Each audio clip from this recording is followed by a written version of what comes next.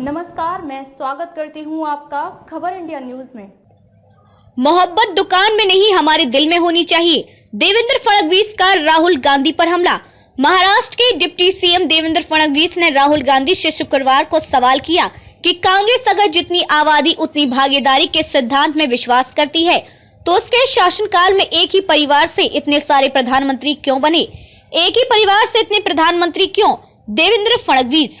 महाराष्ट्र के वाशिम जिले में भारतीय जनता पार्टी बीजेपी के ओवैसी मोर्चा द्वारा आयोजित ओवैसी जागर यात्रा को संबोधित करते हुए फडणवीस ने कहा कि बीजेपी शासन के तहत अन्य पिछड़ा वर्ग को राजनीतिक सत्ता और कल्याण लाभों में पर्याप्त हिस्सेदारी मिल रही है। देश में जाति आधारित जनगणना पर जोर देने वाली कांग्रेस जितनी आबादी उतनी भागीदारी के नारे का इस्तेमाल कर रही है।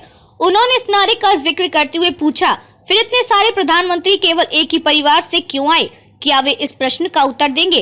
उन्होंने दावा किया कि कांग्रेस और उद्धव ठाकरे की पार्टी शिवसेना ने एक समय मंडल आयोग की रिपोर्ट का विरोध किया था।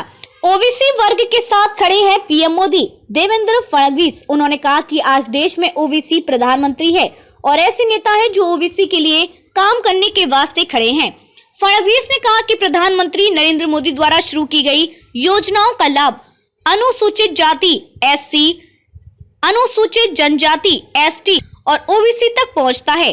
उन्होंने कहा कि लगभग 60% केंद्रीय मंत्री इन समुदाय से हैं।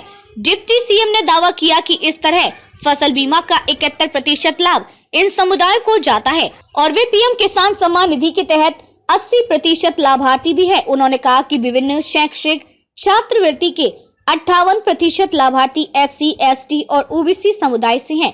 राहुल की मोहब्बत की दुकान पर साधा निशाना। कांग्रेस के एक कार्यक्रम में स्थानीय पार्टी नेताओं के बीच हुई झड़प का हवाला देते हुए फडणवीस ने कहा, कांग्रेस नेता राहुल गांधी मोहब्बत की दुकान की बात करते हैं, लेकिन मोहब्बत किसी दुकान में नहीं होता है, बल्कि इसे हमारे दिल में होना चाहिए।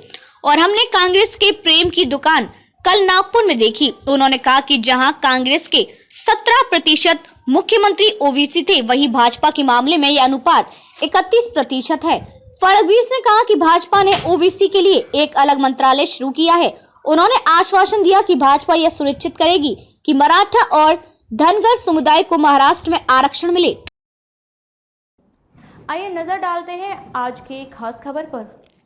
खबरों में अब तक के लिए बस इतना ही। फिर होगी आपसे मुलाकात ऐसे ही एक खास खबर के साथ। तब तक के लिए नमस्कार और बने रहिए खबर इंडिया न्यूज के साथ।